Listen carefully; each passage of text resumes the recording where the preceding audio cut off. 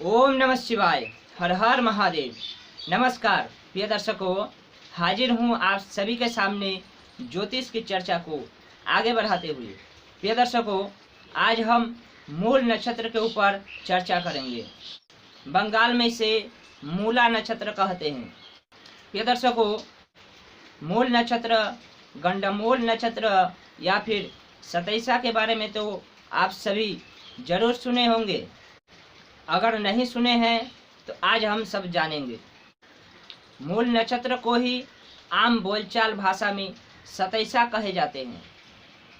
इस मूल नक्षत्र का सतैसा का विचार जब किसी जातक का जन्म होता है तब देखा जाना आवश्यक जरूरी है, क्योंकि इस मूल नक्षत्र का गंडमूल का कुछ दुष्परिणाम है। इस दुष्परिणाम का शांति करवाना बेहद जरूरी है, नहीं तो उस जातक को आजीवन दुख और कष्ट उठाना पड़ता है।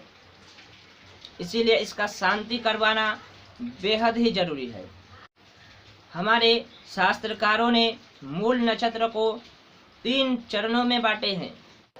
इसका पहला चरण है मलिन मूल, दूसरा चरण है गंडमूल और तीसरा चरण है अभुक्त मूल।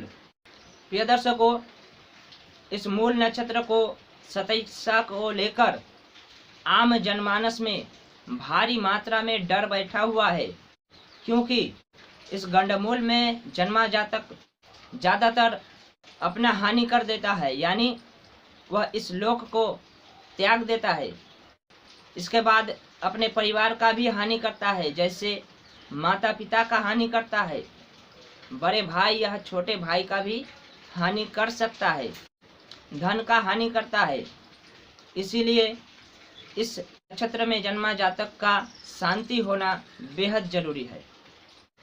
लेकिन गंडमूल में जन्मा जातक के ऊपर हर समय दुष्परिणाम नहीं होता है। जैसे आप सभी जानते हैं कि हर नक्षत्र को 4 चरणों में बांटे गए हैं। उसी चरण के आधार पर इस मूल का भी विचार होता है। मलिन मूल में क्या है? मलिन मूल में उस नक्षत्र का 3 चरण शुभ परिणाम देगा और 1 चरण दुष्परिणाम देने वाला है। इस नक्षत्र का 3 चरण शुभ होने के वजह से इसको गंडमूल से हटाकर मलिन मूल में रखा गया है। 2 नक्षत्र से मलिन मूल बनता है। एक केतु ग्रह का नक्षत्र है अश्विनी और दूसरा बुध ग्रह का रेवती नक्षत्र, यह भी मलिन मूल में आता है। गंडमूल में आने वाले नक्षत्र अश्लेषा, ज्येष्ठा, मघा और मूल, यह 4 नक्षत्र गंडमूल में आते हैं। गंडमूल नक्षत्र का एकाध चरण को छोड़कर बाकी हर चरण दुष्परिणाम देने वाला है। इसीलिए इसको गंडमूल में रखा गया और गंडमूल का शांति करवाना बेहद जरूरी है। लेकिन आज हम जानेंगे कि किस चरण में जन्म होने से शांति करवाया जाता है और किस चरण में जन्म होने से शांति करवाना जरूरी नहीं है। इसके बाद जो है अभुक्त मूल, इस अभुक्त मूल का शांति करवाने के बाद भी थोड़ा दुष्परिणाम अवश्य मिलता है। इससे कोई बच नहीं सकता। इससे भी बचना अगर चाहते हैं तो भोलेनाथ के शरण में जाना बेहद जरूरी है, क्योंकि इस धरती पर कौन रहेगा कौन नहीं रहेगा उसका विचार भोलेनाथ ही करते हैं, क्योंकि भोलेनाथ है मृत्यु के देवता, संहारक। इसे महाकाल कहते हैं। काल के मुंह से छुटा कर लाए वह महाकाल है। गंडमूल में आने वाले 4 नक्षत्र, पहला है अश्लेषा, इसका स्वामी है बुध। दूसरा है मघा, इसका स्वामी है केतु। गंडमूल में आने वाले तीसरे नक्षत्र का नाम है ज्येष्ठा, इसका स्वामी है बुध।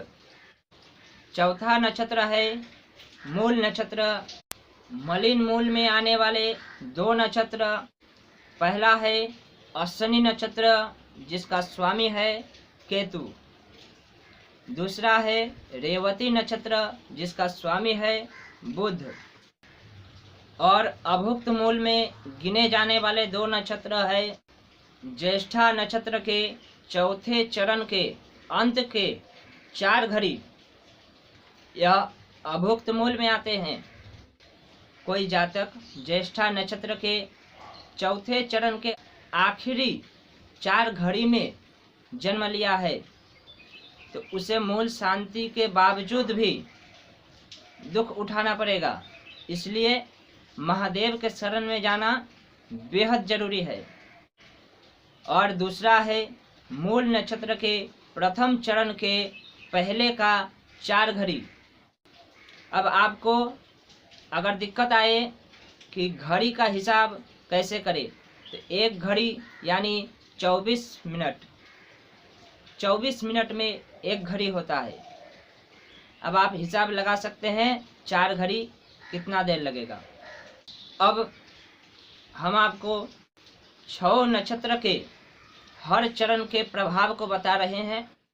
आप देख लें, जहाँ पर शुभ परिणाम है वहाँ पर शांति का जरूरत नहीं है, और जहाँ पर अशुभ परिणाम है वहाँ शांति करना बेहद ही जरूरी है, क्योंकि यह बेहद ही प्रभावशाली है। यह दिखाई पड़ जाता है, आप इसे देख सकते हैं, क्योंकि हमने भी देखे हैं, इसका परिणाम कई बार देख चुके हैं।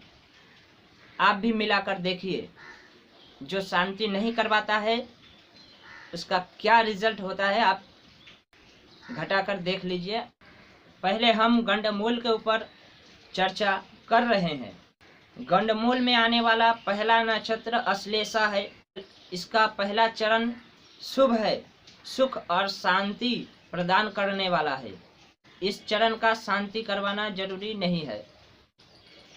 अश्लेषा के दूसरे चरण में धन नाश है। अगर आप धन नाश से बचना चाहते हैं तो शांति करवा लीजिए। तीसरे चरण में माता को कष्ट होता है, यानी माता के आयु में संकट आएगा, तो इसे आप शांति अवश्य करवाइए।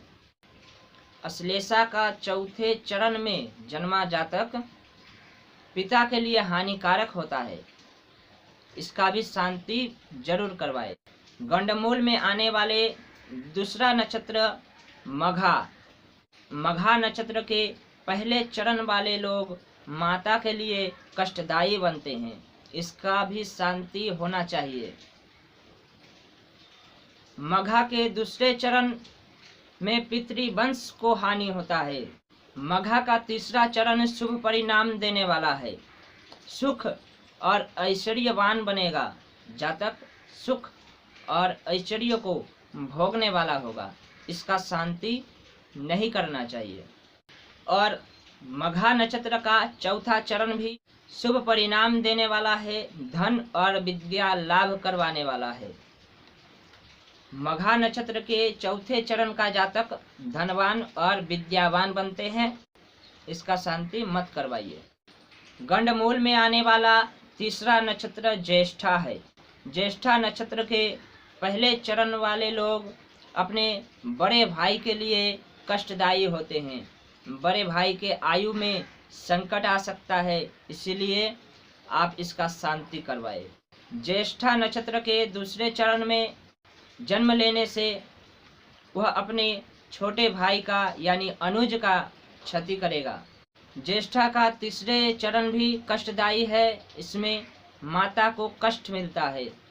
और ज्येष्ठा नक्षत्र का चौथा चरण स्व क्षति करता है, यानी वह बालक लड़का हो या लड़की हो वह अल्पायु होते हैं।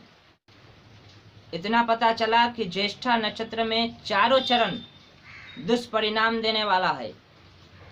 ज्येष्ठा नक्षत्र में जन्मा जातक को देखना नहीं है, शांति करवाना है। और गंडमूल में आने वाला चौथा नक्षत्र है मूल। इसके पहले चरण में पितृपक्ष को कष्ट मिलता है, दूसरे चरण में माता को हानि, तीसरे चरण में धन नाश, चौथा चरण शुभ है सुख और शांति। मूल नक्षत्र के चौथे चरण का शांति नहीं करवाए। अब आते हैं मलिन मूल में। मलिन मूल में आने वाला पहला नक्षत्र है अश्विनी। अश्विनी नक्षत्र के पहले चरण में जन्मा जातक पिता के लिए कष्टदायी होते हैं। अश्विनी नक्षत्र के दूसरे चरण का जातक सुख और ऐश्वर्यवान होता है। अश्विनी नक्षत्र के तीसरे चरण का जातक मंत्री के समान और अश्विनी नक्षत्र के चौथे चरण का जातक नृप समान यानी राजा के समान होता है। अब मलिन मूल में आने वाला दूसरा नक्षत्र रेवती, जिसका स्वामी है बुध। रेवती नक्षत्र के पहले चरण का जातक सुख और शांति भोगने वाला होता है। दूसरे चरण में मंत्री तुल्य होता है यानी मंत्री के समान। रेवती के तीसरे चरण भी शुभ है, सुख और संपत्ति प्रदान करने वाला है। रेवती के तीसरे चरण में जन्मा जातक धनवान होते हैं और रेवती के चौथे चरण में जन्मा जातक अनेक प्रकार की कष्ट भोगते हैं।